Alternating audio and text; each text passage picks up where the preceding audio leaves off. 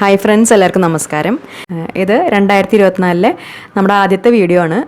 അപ്പോൾ ആദ്യം തന്നെ എല്ലാവർക്കും ഹാപ്പി ന്യൂ ഇയർ. അപ്പോൾ ഇന്ന് നമ്മൾ കാണിക്കുന്നത് നല്ല ടേസ്റ്റി ആയിട്ടുള്ളൊരു ഇടിയപ്പത്തിൻ്റെ റെസിപ്പിയാണ്. സാധാരണ ഇടിയപ്പത്തേക്കാളും കുറച്ച് വ്യത്യാസമായിട്ടുള്ളൊരു റെസിപ്പിയാണ്. കുട്ടികൾക്കും അതുപോലെ വലിയവർക്കും അതെ ഒരുപോലെ ഇഷ്ടപ്പെടുന്ന കുറച്ച് സ്വീറ്റ് ആയിട്ടുള്ളൊരു ഇടിയപ്പമാണ്. ബ്രേക്ക്ഫാസ്റ്റ് ആയിട്ട് മാത്രമല്ല, നമുക്കത് ഈവനിങ് സ്നാക്കായിട്ടും അതുപോലെ ലഞ്ച് ബോക്സിൽ കൊടുത്തയക്കാനും പറ്റിയിട്ടുള്ള നല്ലൊരു റെസിപ്പിയാണ്. അപ്പോൾ അതെങ്ങനെ ചെയ്യാൻ നോക്കാം. അപ്പോൾ ഈ ഒരു ഇടിയപ്പത്തിന് നമുക്ക് ആദ്യം വേണ്ടത് നന്നായിട്ട് പഴുത്തിട്ടുള്ള അത്യാവശ്യം വലിപ്പമുള്ള 2 നേന്ത്രപ്പഴമാണ്. പഴം ഇതുപോലെ നന്നായിട്ട് കറുത്തിട്ടുള്ള പഴം ഉണ്ടെങ്കിൽ അതാണ് ഏറ്റവും നല്ലത്. ഇതുപോലെ നന്നായിട്ട് പഴുത്തിട്ടുള്ള പഴം വെച്ചിട്ട് ചെയ്യുമ്പോഴാണ് കഴിക്കുമ്പോൾ നല്ല ടേസ്റ്റ് ഉണ്ടാവുക. അപ്പോൾ നേന്ത്രപ്പഴമൊക്കെ നമ്മൾ വാങ്ങിയിട്ട് അത് നല്ലോണം പഴുത്തിട്ട് തൊലിയൊക്കെ ഇതുപോലെ കറുത്ത് കഴിഞ്ഞാൽ അത് വേസ്റ്റാക്കി കളയാതെ ഉണ്ടാക്കാവുന്ന നല്ലൊരു റെസിപ്പിയാണ്. ഇനി ഈ പഴം ആദ്യം നമുക്ക് നന്നായിട്ടൊന്ന് വേവിച്ചെടുക്കണം. അപ്പോൾ ഇതുപോലെ 2-3 കഷ്ണങ്ങളൊക്കെ ആയിട്ട് മുറിച്ചിട്ട് ആവിയിൽ നന്നായിട്ടൊന്ന് വേവിച്ചെടുത്തിട്ടുണ്ട്. വേവിച്ച പഴമാണ് നമുക്കിതിനായിട്ട് വേണ്ടത്. അതിന് ശേഷം പിന്നെ അതിൻ്റെ ആ ചൂടൊക്കെ ഒന്ന് ആറിക്കഴിയുമ്പോൾ അത് നന്നായിട്ടൊന്ന് അരച്ചെടുക്കുകയാണ് വേണ്ടത്. അപ്പോൾ പഴത്തിൻ്റെ ഉള്ളിലെ ആ കുരുന്ന് അരക്കൊന്ന് ഒന്ന് മാറ്റിയതിന് ശേഷം അതൊരു മിക്സി ജാറിലേക്ക് ഇട്ട് കൊടുത്തിട്ടുണ്ട്. എന്നിട്ട് നല്ല ഫൈനായിട്ട് അരച്ചെടുക്കുക. അരയ്ക്കുമ്പോൾ ശ്രദ്ധിക്കേണ്ട ഒരു കാര്യം, അതിൽ നമ്മൾ വെള്ളം തീരെ ചേർക്കാൻ പാടില്ല.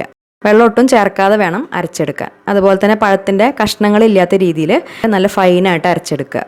പഴത്തിൻ്റെ കഷ്ണങ്ങളുണ്ടെങ്കിൽ നമുക്കത് പിഴിഞ്ഞെടുക്കുമ്പോൾ ബുദ്ധിമുട്ടാവും. അപ്പോൾ ഇതുപോലെ നല്ല ഫൈൻ പേസ്റ്റായിട്ട് അരച്ചെടുത്തിട്ട് അതൊരു സൈഡിലേക്ക് മാറ്റി വയ്ക്കാം. ഇനി ഇടിയപ്പത്തിൻ്റെ മാവിന് വേണ്ടിയിട്ട് 1.5 കപ്പ് അരിപ്പൊടിയാണ് എടുത്തിട്ടുള്ളത്. ഇടിയപ്പം പത്തിരിപ്പൊടി എന്ന് പറഞ്ഞിട്ട് പാക്കറ്റിൽ വാങ്ങണ അരിപ്പൊടി. വീട്ടിൽ തന്നെ പൊടിപ്പിച്ചിട്ടുള്ള പൊടിയായാലും മതി, നൈസ് പൊടി തന്നെ എടുക്കാനായിട്ട് നോക്കുക.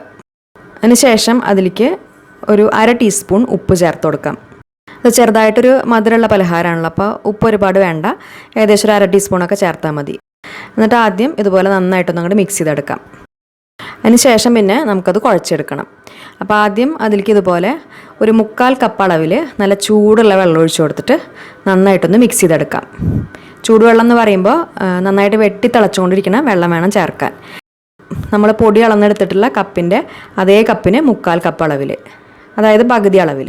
എന്നിട്ട് ആ പൊടി ഏകദേശം ഒന്ന് നനഞ്ഞ് കിട്ടുന്ന രീതിയിൽ ആദ്യം ഇതുപോലെ നന്നായിട്ടൊന്ന് അങ്ങോട്ട് മിക്സ് ചെയ്തെടുക്കാം. അതിന് ശേഷം പിന്നെ അത് ഒരു 3-4 മിനിറ്റ് ഒന്ന് അടച്ച് വയ്ക്കാം, പൊടി കുറച്ചും കൂടി ഒന്ന് സോഫ്റ്റായി കിട്ടാൻ വേണ്ടിയിട്ട്. എന്നിട്ട് പിന്നെ നമ്മൾ നേരത്തെ അരച്ച് വെച്ചിട്ടുള്ള ആ നേന്ത്രപ്പഴം അതിലേക്ക് ചേർത്ത് കൊടുത്തിട്ട് നന്നായിട്ട് കുഴച്ചെടുക്കുക. അപ്പോൾ ഇടിയപ്പത്തിന് വേണ്ടിയിട്ടുള്ള മാവിൻ്റെ കൺസിസ്റ്റൻസി അറിയണ്ടാവുമല്ലോ, ഒരുപാട് കട്ടിയാവാനും പാടില്ല, എന്നാൽ ലൂസായി പോകാനും പാടില്ല. കയ്യിലൊന്നും ഒട്ടാത്ത രീതിയിൽ നല്ല സോഫ്റ്റ് മാവായിട്ട് കുഴച്ചെടുക്കുക. അപ്പോൾ മാവ് നമ്മൾ ഈ ഒരു രീതിയിൽ കുഴച്ചെടുത്തിട്ടുണ്ട്. ഇനി ഇതിലേക്ക് നമുക്ക് 1 ടീസ്പൂൺ വെളിച്ചെണ്ണ ചേർത്ത് കൊടുക്കാം. വെളിച്ചെണ്ണ അല്ലെങ്കിൽ നെയ്യോ ചേർക്കാം. എന്നിട്ട് വീണ്ടും ഒന്നുകൂടി ഒന്ന് കുഴച്ചിട്ട് നല്ലോണം ഒന്ന് മയപ്പെടുത്തിയെടുക്കാം. അപ്പോൾ ഇവിടെ ഇപ്പോൾ നമുക്ക് 1.5 കപ്പ് അരിപ്പൊടിക്ക് ഈ 1/4 കപ്പ് ചൂടുവെള്ളവും അതുപോലെ നമ്മൾ എടുത്തിട്ടുള്ള പഴത്തിൻ്റെ അളവും കറക്റ്റായിട്ടുണ്ടായിരുന്നു. ഇനിയിപ്പോൾ ചിലപ്പോൾ നമുക്ക് കുഴയ്ക്കുന്ന സമയത്ത് വെള്ളത്തിൻ്റെ അളവ് കുറവായിട്ട് തോന്നുകയാണെങ്കിൽ അപ്പോൾ വീണ്ടും കുറച്ചും കൂടി ചൂടുവെള്ളം ചേർത്തിട്ട് നന്നായിട്ടൊന്ന് കുഴച്ചെടുത്താൽ മതി. ചിലപ്പോൾ നമ്മൾ എടുക്കുന്ന അരിപ്പൊടിക്ക് അനുസരിച്ച് വ്യത്യാസം ഉണ്ടാവാം. ഇപ്പോൾ നമ്മുടെ ഇടിയപ്പത്തിനുള്ള മാവ് റെഡി ആയിട്ടുണ്ട്. ഇനി ഇത് റെസ്റ്റ് ചെയ്യാനൊന്നും വെക്കേണ്ട, ചെറിയൊരു ചൂടോട് കൂടി തന്നെ നമുക്കത് ഉണ്ടാക്കിയെടുക്കാം. അപ്പോൾ അതിന് വേണ്ടിയിട്ട് സേവനാഴിയിൽ ആദ്യം കുറച്ച് വെളിച്ചെണ്ണ ഒന്ന് ആക്കി കൊടുത്തിട്ടുണ്ട്. എന്നിട്ട് മാവ് നിറച്ചിട്ട് പിഴിഞ്ഞെടുക്കുക. അപ്പോൾ നമ്മളിത് വേവിച്ചെടുക്കാൻ വേണ്ടിയിട്ട് ഇഡ്ഡലി തട്ടാണ് എടുത്തിട്ടുള്ളത്. അപ്പോൾ ഇഡ്ഡലി തട്ടിൻ്റെ കുഴികളിലും അതെ ആദ്യം കുറച്ച് ഓയിലൊന്ന് ഗ്രീസ് ചെയ്തതിന് ശേഷമാണ് മാവ് പിഴിഞ്ഞെടുത്തിട്ടുള്ളത്. ഇഡ്ഡലി തട്ടിലോ അല്ലെങ്കിൽ ആവിയേറ്റി എടുക്കാൻ പറ്റിയിട്ടുള്ള വേറെ ഏതെങ്കിലും തട്ടിലോ അല്ലെങ്കിൽ നമ്മുടെ കയ്യിൽ വാഴയിലുണ്ടെങ്കിൽ അതിൽ വേണമെങ്കിലും ചെയ്യാം. വാഴയിലയിലാകുമ്പോൾ നമ്മുടെ ഇടിയപ്പത്തിന് ഇലയുടെ ആ ഒരു ഫ്ലേവറും കൂടി ഉണ്ടാവും. എന്നിട്ട് അതിൽ ഓരോന്നിലും മേലെ നമ്മളിതുപോലെ കുറച്ച് നാളികേരം ചിരകിയത് ഇട്ട് കൊടുക്കുന്നുണ്ട്. ഇത് നിർബന്ധമില്ല, നമുക്ക് ഇഷ്ടമാണെങ്കിൽ ചെയ്താൽ മതി. അതിനുശേഷം ഇഡ്ഡലി ചെമ്പിൽ നന്നായിട്ട് ഇതുപോലെ വെള്ളം തിളച്ച് കഴിഞ്ഞാൽ തട്ട അതിലേക്ക് വെച്ച് കൊടുത്തിട്ട് അടച്ചു വെച്ചിട്ട് വേവിക്കാം. അപ്പോൾ മീഡിയം ഫ്ലെയിമിൽ ഒരു 5-6 മിനിറ്റ് ആകുമ്പോഴേക്കും ഇടിയപ്പം നന്നായിട്ട് വെന്ത് വരും. കൂടുതൽ സമയം വേവിക്കുമ്പോഴാണ് അത് ഹാർഡായി പോവുക. ഒരു 5-6 മിനിറ്റൊക്കെ ആകുമ്പോഴേക്കും തന്നെ ഇടിയപ്പം നന്നായിട്ട് വെന്ത് കിട്ടും. അതിനുശേഷം പിന്നെ ഓരോന്നായിട്ട് തട്ടുന്നെടുക്കാം. ഇത് നമ്മൾ കഴിക്കുമ്പോൾ ചൂടോടുകൂടി തന്നെ കഴിക്കാനായിട്ട് നോക്കുക, അപ്പോഴാണ് ടേസ്റ്റ് ഉണ്ടാവുക. നാളികേരപ്പാലിൻ്റെ കൂടെയാണ് സെർവ് ചെയ്തിട്ടുണ്ടായിരുന്നത്. വെറുതെ കഴിക്കാനത് നല്ല ടേസ്റ്റ് തന്നെയാണ്. ഇങ്ങനെ കഴിക്കുമ്പോൾ ഇത് ഒരുപാട് മധുരമൊന്നും ഉണ്ടാവില്ല, പഴത്തിൻ്റെ ചെറുതായിട്ടുള്ളൊരു മധുരമാണ് ഉണ്ടാവും.